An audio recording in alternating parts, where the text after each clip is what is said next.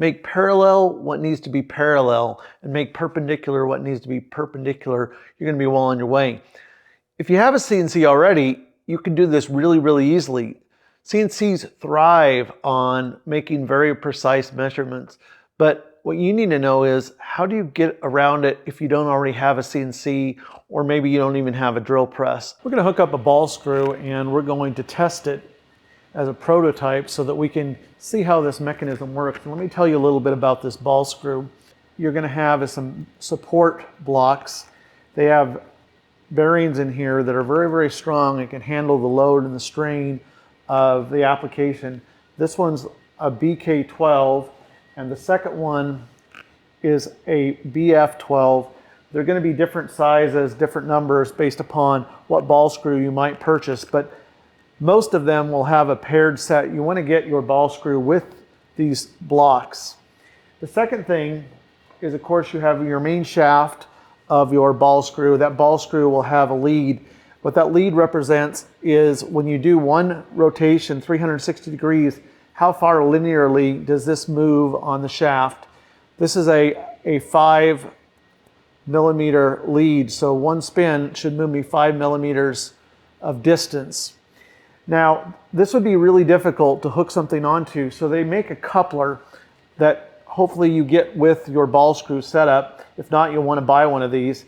And fortunately, the coupler just goes on like so, and there's a set of M5 screws, and all you have to do is just twist them on, and they're hex head, so you can tighten them down all the way. I'm not going to put all 6 of them in. I'm just going to put a couple in for expediency's sake, but you get the general idea. You may ask yourself, why in the world do we need a coupler on this? And the answer is, there's not an easy way to mount to just that ball screw nut by itself. But fortunately, if we turn this coupler upside down, it has some pre-tapped holes. These are M5s. And so we can put a board on here, and if we drill the holes down, we can then anchor a board, and then that moves with our platform here. And if we put it on some rails, it's going to move and have a very good support mechanism. So that's kind of the name of the game. There's a little bit more to this. One side of the shaft is long, and if you can see in the video, it's got a thread on it. That's the side that will go into the bigger bearing block, the BK12 in this case. And so I'm going to go ahead and just slip that block on. Sometimes these are rather tight, depends on the tolerance of the manufacturer of the ball screw. You might need to take a rubber mallet and tap them on. This one's nice and easy to go on. And then there's a nut that has a set screw in it so that you can tighten it down after you get this put on the thread. If it doesn't go on, you might have to loosen that set screw, but I'm just going to turn it on here. This will anchor it down against our bearing block. Once this is all anchored down, you can tighten that set screw. The other side is going to have your BF12 support block. We'll just go on like so. Finally, the last thing is there is a snap ring. You need a special little tool that puts it on. You can get away usually without putting this on. There's a little ridge. I'm going to leave it off for right now. What we're going to do is we're going to mount this on a scrap board. We're going to try to make it as parallel to the side so that it's perfectly aligned with this. The shaft is protruding over the end, because I'm going to line this up. If you want, you can draw a line, trace a line all the way down. How do we get the holes drilled? Here's a trick you can do. There's holes that are not tapped, and it turns out they're just a little bit smaller than a 1/4 inch. If you have a 6 mil drill bit that's a brad point, that would be ideal because it's a very tight fit. What you can do is just put it down through here and push down with your hand and twist, and you can mark the board. You can put in little marks and do the same thing on the other side, and you can do it. You don't have to have a metric to do this little trick. You could just take the biggest brad bit that you have that is snug and use the tip to mark your board. If you have a drill press, you can go use a drill press. For expediency's sake, I'm just going to take some screws to hold it down temporarily. You could get far fancier and better precision if you go to the work of using a drill press. These are 10s, 2-inch. I don't really love Phillips screws for this type of application. I would prefer the hex heads, but this is what I had on hand. Ideally, you would do a preliminary hole in this, but once again, we're trying to do this fast. Check our square again and make sure that we're as lined up as we can be. And I'm going to put in one diagonal in the back corner over here. Now the next thing we have to do, it's all about keeping perpendicular what needs to be perpendicular, keeping parallel what needs to be parallel. So here's a trick that is worth its weight in gold when you're building a CNC. Rather than trying to perfectly measure everything, since most of you don't already have a CNC, you could just model this and drill the holes of your CNC. Instead, take a board that you know has a uniform width and use it to shim out where you want your rails to be. These rails have little bearing blocks on them, and we'll be mounting our board to it. So what we can do is, once again, we're going to line this rail up with the very edge. In fact, I'm going to take these bearing blocks off. Careful, because sometimes those bearing balls that are inside here will slip out if you're not careful. I'm lining it up flush with the edge of the board, just like I did with this, so that's handy.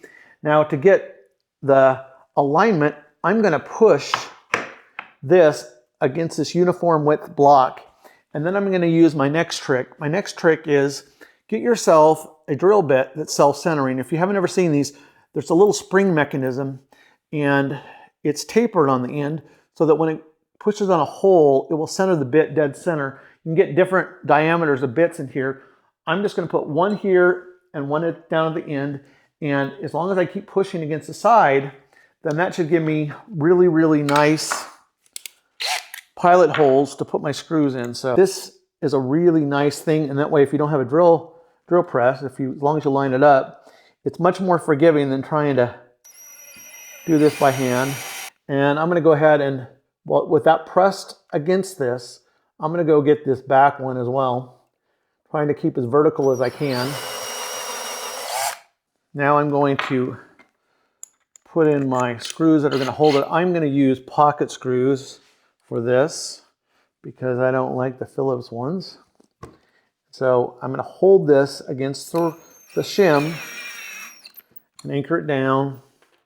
And I like to get the back one next so that we don't have the potential of it slipping out. And I probably don't need to put all these screws in right now, but I will. It's a tight fit, so hopefully I can get this out. And you can probably guess the next step that we're going to do. The next step we're going to do is we're going to use the same technique. We're going to use the same with the shim. We're going to take the bearing blocks off. We're going to make this flush with the end. We're going to push this against. We're going to get our self-centering drill bit. We're going to drill some holes.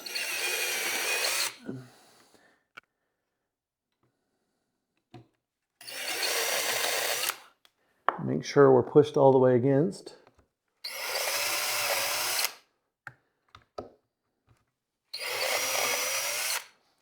So there's our holes.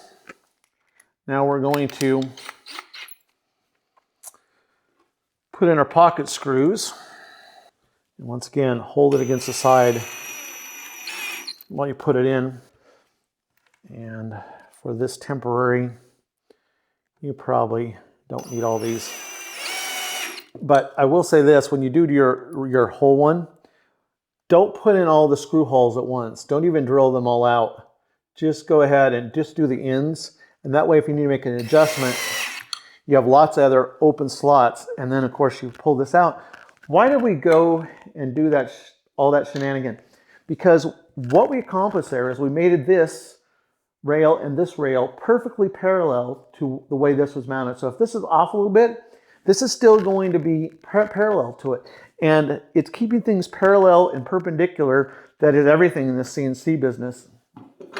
So without measuring, without having to worry about a measurement being off, We did this very, very efficiently. We lined everything flush here, and we made it perfectly parallel. You, of course, can change the shim width to whatever you want, but now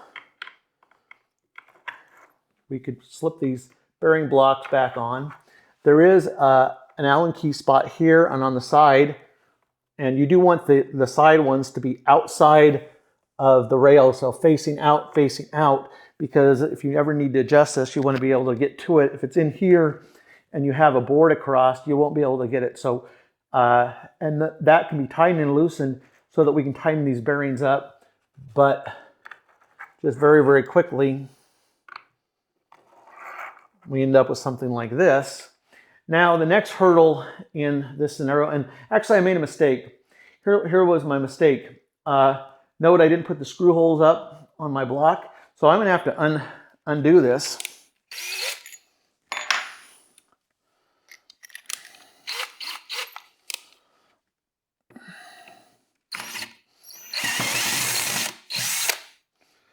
And get it raised up enough that I can flip it and keep those screws in the same spot. Hopefully I didn't throw anything out of kilter. So you want to be careful you don't do that, or you'll be disassembling. What's the next part of this? Well, if you want to test this, what you can do is you can take your drill and you can put it on here, tighten the chuck down, and then with the chuck tightened down, you can lightly press on this. Carefully you don't pinch your fingers here, because it will smash your fingers. You can move this up and down and just changing the direction of my drill and unhooking the chuck here. Oops, other way.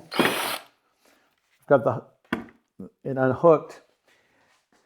Now what do we need to do? We need to have a board that goes across here. We've got two challenges. One, the height of this coupler that we put on here is slightly higher than these. So we have a choice. We can either like inside our board and cut a little pocket that is just deep enough that it offsets these, and that is certainly a legitimate thing to do. Or we can shim this up. You can shim it up with washers if you want, or you can put another little strip board on here that's ultra thin, and then our main board will lie on top, and then we'll just drill the holes through both our shim board and our regular board. For right now, I'm just gonna give you the process. Now, how do you get the holes correct? Here's what I would do. I would line the first bearing blocks up so that they're in alignment with this first bearing, and like so. And then I know that those are parallel with one another. Make them flat. You can put a piece of tape on there if you want to. And here's a neat trick. You could either use plexiglass, that would be ideal, but if you don't have plexiglass, you can do this. You can take an overhead sheet, lay it across. You can trim this so that it's perpendicular edges, so you can get whatever width you want. So you probably want to trim this before you would actually mark it. That way that you know that this bearing block is also in alignment, if that makes sense. And make sure they're horizontal, make sure there's no sag or bow, so make it taut. You can tape it on if you want. And then all you have to do to get all your markings is just very gently go and put a dot in the center part of where every one of the screw holes. Try to make it as centered as possible.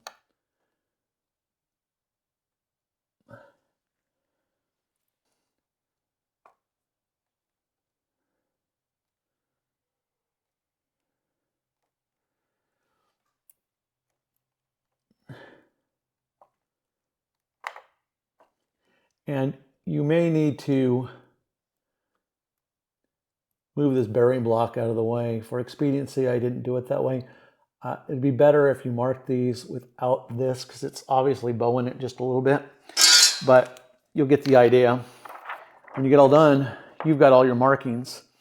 And then tape this down on a board and drill it out. Or in my case, I'm going to tape it on a piece of foam board, and I'm going to drill these out, and I'm going to put some M5 screws through, and I'm going to show you it moving. So hope that makes sense.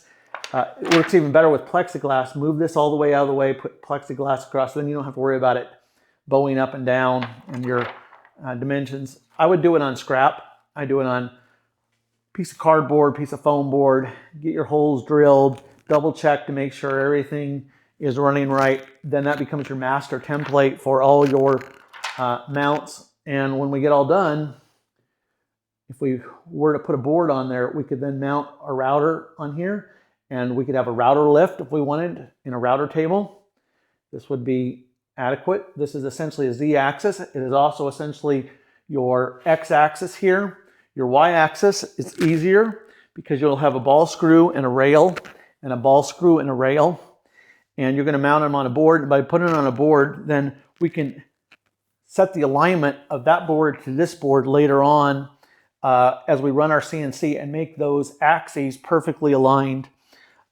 More on that when we actually build this, but what you need to do is get this set up, get a board mounted on with, or a piece of cardboard that actually is set with all those holes. So essentially you're creating a little template. Go ahead and run it with a drill and make sure it moves up and down. Make sure the width is wide enough that you're going to be able to put your router mount across and have room for whatever mounting screws or bolts. So this is probably maybe an inch wider than we needed it to be. The minimum is probably, you want a little spare, but not a lot, because you're losing X-axis movement by the width of this. And of course we would trim off our board appropriately. So I hope that helps, and let me go ahead and see what this looks like when I put a piece of foam board on here. Even against a black background, this foam core board that I'm going to use, you can still see the dots just fine from our Sharpie. You want to, make them as small as possible because you're going to put your brad bit down. And in a perfect world, you would actually get your drill press and have these things perfectly vertical. But just so you can see the process, you can literally just poke holes into your foam board. So got the holes there, my foam board. Now, super fast.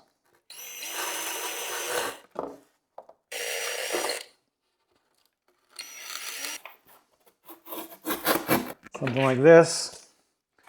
And now you can see how well we did. Just take some M5s.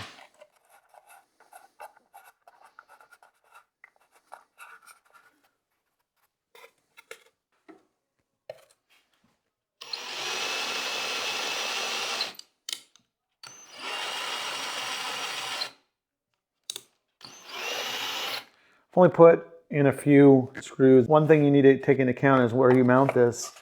Those screws potentially could interfere, so you may have to make sure there's room in your mount for this above or below your board. Not only these mounts, depends on how you shim it out, but you're going to have a real, probably a thicker board, and you can always inset these if you wanted to. So I hope that gives you an idea, and of course you could use this for a router lift, and you can see how much travel that you would get.